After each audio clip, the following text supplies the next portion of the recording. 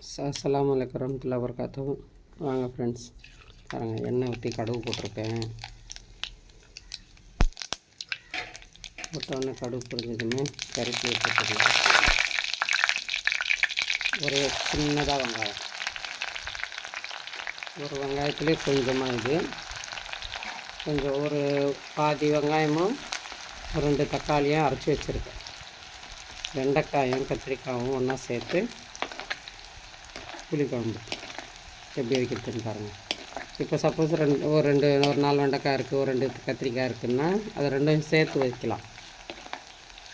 வேறு எதுவும் காய் இல்லை, வெங்காயம் இல்லை, தக்காளி இல்லைன்னா நம்ம என்ன பண்ணலாம், ஒரு 2 தக்காளி, ஒரு வெங்காயம் இருந்தால் போதும். இது பாதி கொஞ்சம் வெங்காயம் இது தாளிக்க எடுத்துக்கிட்டு மிச்ச வெங்காயத்தையும் தக்காளியும் அரைச்சிக்கிட்டு இது எண்ணெயில் நல்லா வதக்கிக்கணும்.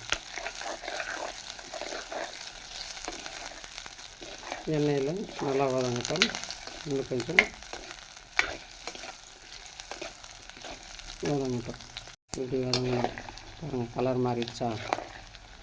இது கொஞ்சம் 2 ஸ்பூன் எண்ணெய் தான், ஆனால் இந்த சட்டியில் ஃபுல்லாக எண்ணெய் வரும், அதனால தான் அப்படி தெரியுது.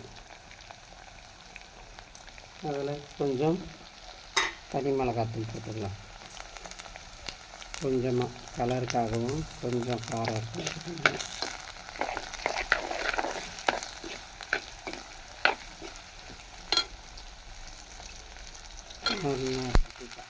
அவ்வளோதான்.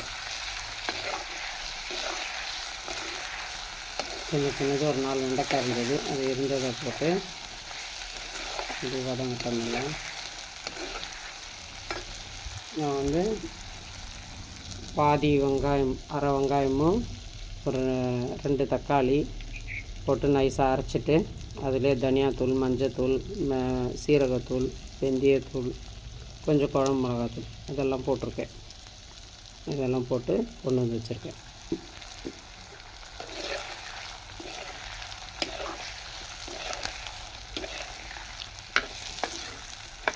ஒரு 2 பேருக்குன்னா அந்த ஒரு வெங்காயத்தை அப்படியே அரிஞ்சு வச்சுக்கலாம். ஒரு ஆளுக்குன்னா, இப்போ ஒரு 4 பேர் இருக்கீங்க வீட்டிலன்னா, நீங்கள் எதுவுமே இல்லைன்ற பட்சத்தில் 1, 2 இருக்குன்னா அப்படி போட்டு அரைச்சி வச்சிங்கன்னாக்கா தாராளமாக 4லேருந்து 5 பேர் சாப்பிட்லாம். 5, 6 பேர் சாப்பிட்லாம். பாருங்கள் எவ்வளோ குழம்பு வரும் பாருங்கள்.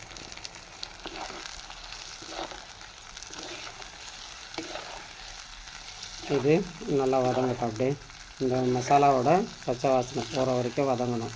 எண்ணெய் பிரிஞ்சு வெளியே வர்ற அளவுக்கு வதங்கணும்.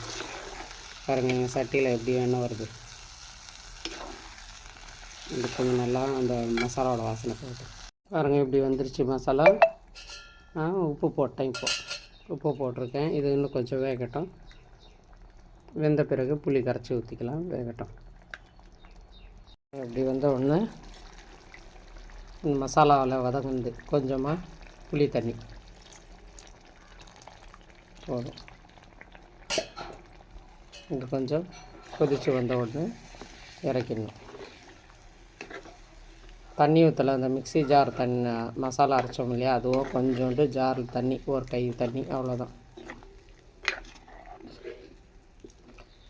பாருங்கள், இது 4, 5 பேர் சாப்பிட்லாம். குழம்புக்கு எதுவும் இல்லை, 1, 2 இருக்குதுனாக்கா அதை வச்சு செய்யுங்க. கொதிக்கிட்டோம், பார்க்கலாம். இப்படி எண்ணெய் தனியாக பிரிஞ்சு வரணும்.